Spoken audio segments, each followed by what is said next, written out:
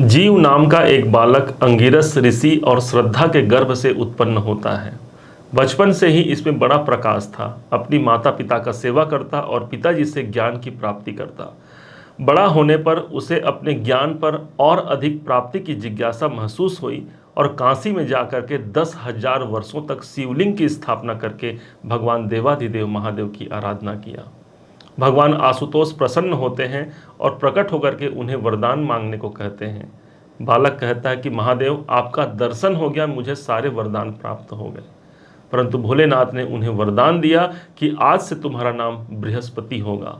तुम देव गुरु बृहस्पति के रूप में संसार में जाने जाओगे।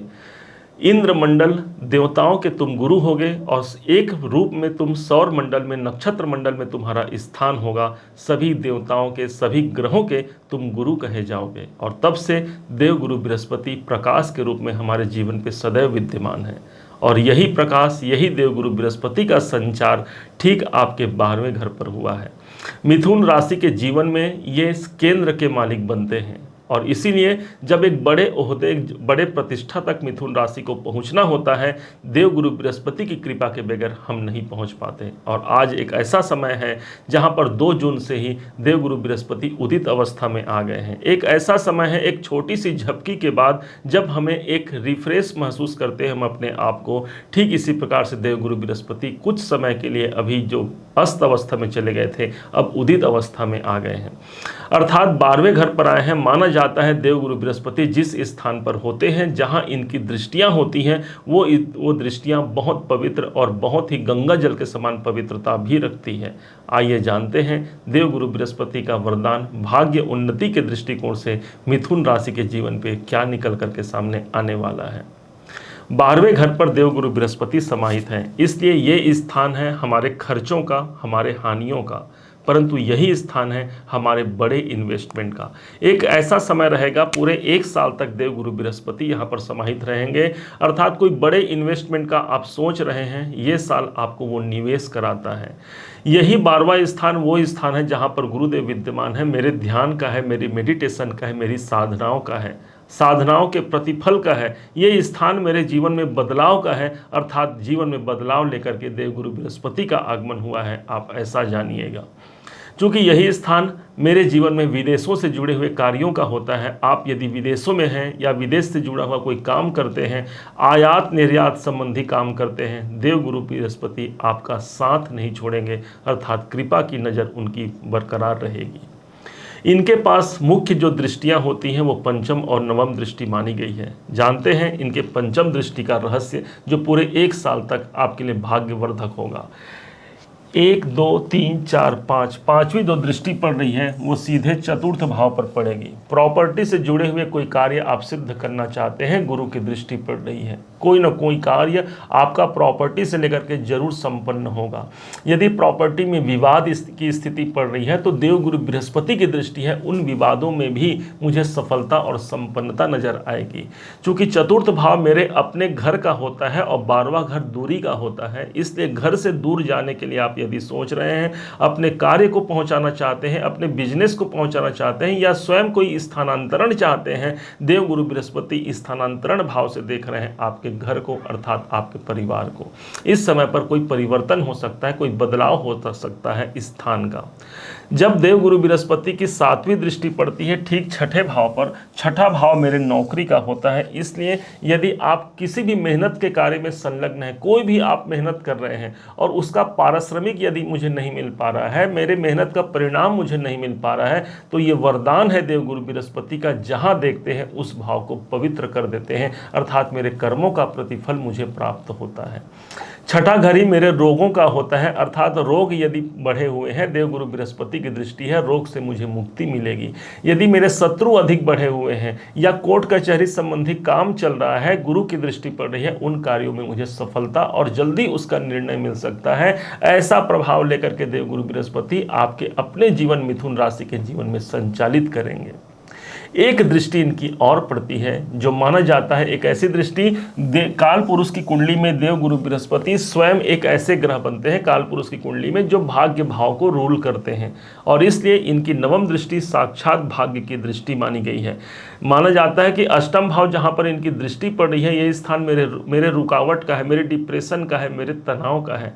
गुरुदेव की दृष्टि है, कैसे वहाँ पर तनाव रह सकता है, कोई डिप्रेशन है मन में, किसी बात को लेकर के हम दिन रात उस पर परेशान हैं, हमारा फोकस नहीं बन पा रहा है, किसी बात को लेकर के मानसिक अशांति है, गुरु की दृष्टि पड़ रही है, गंगा जल की दृष्टि पड़ रही है। जिस प्रकार एक गंगा जल सबको पवित्र करता है, अर्थात देव गुरु बृहस्पति हमें पवित्र करेंगे। माना जाता है देव गुरु बृहस्पति के लिए कहा जाता है, देवा नाम च मुनि नाम च गुरुम कांचन सन्निभम बुद्धि भूतम त्रिलोके समतम नमामि बृहस्पतिम। इस त्रैलोक्य का सभी का सब कुछ साम्राज्य दिला पाने का सामर्थ्य है तो देव गुरु बृहस्पति का है। स्वयं देवताओं के भी गुरु हैं। अब समझिए कि देवताओं की कृपा भी हमको गुरु के रूप में हमारे रुकावटों का अंत करा पाएगा। चूंकि देख जहाँ से रहें वो बदलाव का स्थान है, और जिस स्थान पर इनकी दृष्टि है वो स्थान परिवर्तन का है, अर्थात दोनों ही परिप्रेक्ष्य से देखा जाए तो मिथुन राशि के जीवन में कोई शुभ परिवर्तन के संचार यहां पर सिद्ध होते हैं। ये देवगुरु बृहस्पति का वरदान हुआ। देवगुरु बृहस्पति आपके सप्तमेश बनते हैं, सप्तमेश होकर के 12वें घर पर गए हैं। एक चीज ध्यान रखने की आवश्यकता भी रहेगी कि हमें हमारे दाम्पत्य जीवन पर ध्यान रखने की आवश्यकता रहेगी। आपस में प्रेम रखिए, जहां सुमति तहां संपत्ति नाना, जहां कुमति तहां विपत्ति निदाना कहा गया है शास्त्रों में। इसलिए अपने दाम्पत्य जीवन को हमको सुरक्षित रखना है, अन्यथा व्यापार के दृष्टिकोण से आपको शुभ परिणाम तो प्रदान करेंगे ही करेंगे। चूंकि ये आपके दसमेश भी बनते हैं, दसमाधिपति होकर के 12वें घर पर गए हैं। कैरियर में यदि आप कोई बदलाव चाहते हैं, दूर कहीं आपका कार्य चल रहा है, विदेशों से जुड़े हुआ कोई काम करते हैं, ये देवगुरु बृहस्पति पूरा आपका सपोर्ट करेंगे, आपका साथ देंगे।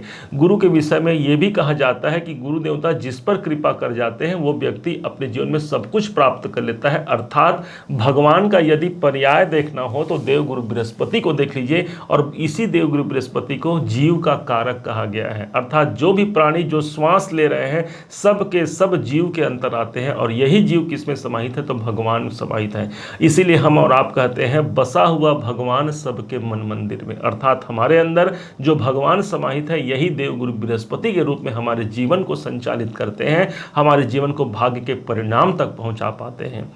इनको प्रसन्न करने का सबसे अच्छा एक तरीका होता है अपने गुरुवर का आशीर्वाद लेना। कभी भी गुरुवर के आशीर्वाद से विमुख नहीं होना है। हमेशा कोशिश कीजिए, समय मिले ना मिले उनके पास जाइए, उनका स्मरण कीजिए, उनके मंत्रों का जाप कीजिए। सदैव गुरुवर आपके लिए कृपा बरसाते हैं। गुरु कैसे होते हैं? स्वयं एक ऐसे स्थान पर होते हैं जहां पर उनके पास समस्त सुख सुविधाएं नहीं भी होती, लेकिन जो उनके याचक, जो उनके शिष्य आते हैं, गुरु देवता उन्हें वरदान देते हैं, और यही वरदान देव गुरु बृहस्पति के रूप में हमारे चतुर्थ, हमारे छठे और हमारे अष्टम भाव पर पड़ रहा है। ये किसी वरदान से कम नहीं, हमारे भाग्य की जागृति से कम नहीं। 16 साल की इनकी दशा होती है विमसोंत्री महादशा में, एक बड़े कार्यकाल को रूल करते हैं। 16 साल तक यदि किसी व्यक्ति के कुंडली में गुरु योग कारक हो जाए तो उसकी भाग्य की प्रबलता दिन प्रतिदिन बढ़ते जाती है। वो व्यक्ति कहां से कहां पहुंच पाता है, ये सामर्थ्य है देवगुरु बृहस्पति के पास। देवगुरु बृहस्पति का सबसे सुंदर रत्न कहा गया है पीला पुखराज, और इसीलिए आपके जन्म पत्रिका में विशेष ध्यान दीजिएगा। आपके जन्म पत्रिका में गुरु यदि योग कारक हैं और 6, 8, 12वें घर पर नहीं पड़े हैं और नीच अवस्था अर्थात मकर राशि पर नहीं पड़े हैं, तभी आपको पुखराज धारण करना है। अन्यथा गुरु का आपको रत्न धारण नहीं करना है, बल्कि गुरुवर का आशीर्वाद देना, मंदिरों पर जाना, धर्म स्थलों पर जाना सदैव आपकी भाग्य की जागृति को प्रबल बनाता है। पीले रंग से जोड़ा गया है गुरुदेव को, और पीला रंग हमारे ज्ञान का रंग है, पीला रंग हमारे प्रकाश का रंग है।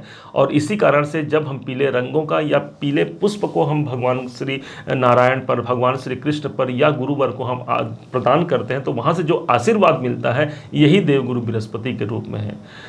उम्मीद है आप सबने इसे समझा, आप सबने इसे जाना है। यदि आपने इसे समझा है, जाना है, मेरे समझाने का प्रयास यदि आपको सार्थक लगा हो, मेरे समझाने का तरीका यदि आपको सार्थक लगा हो, तो हर बार की भांति इस बार भी अपना प्यार भरा लाइक और कमेंट करना कभी मत भूलिएगा।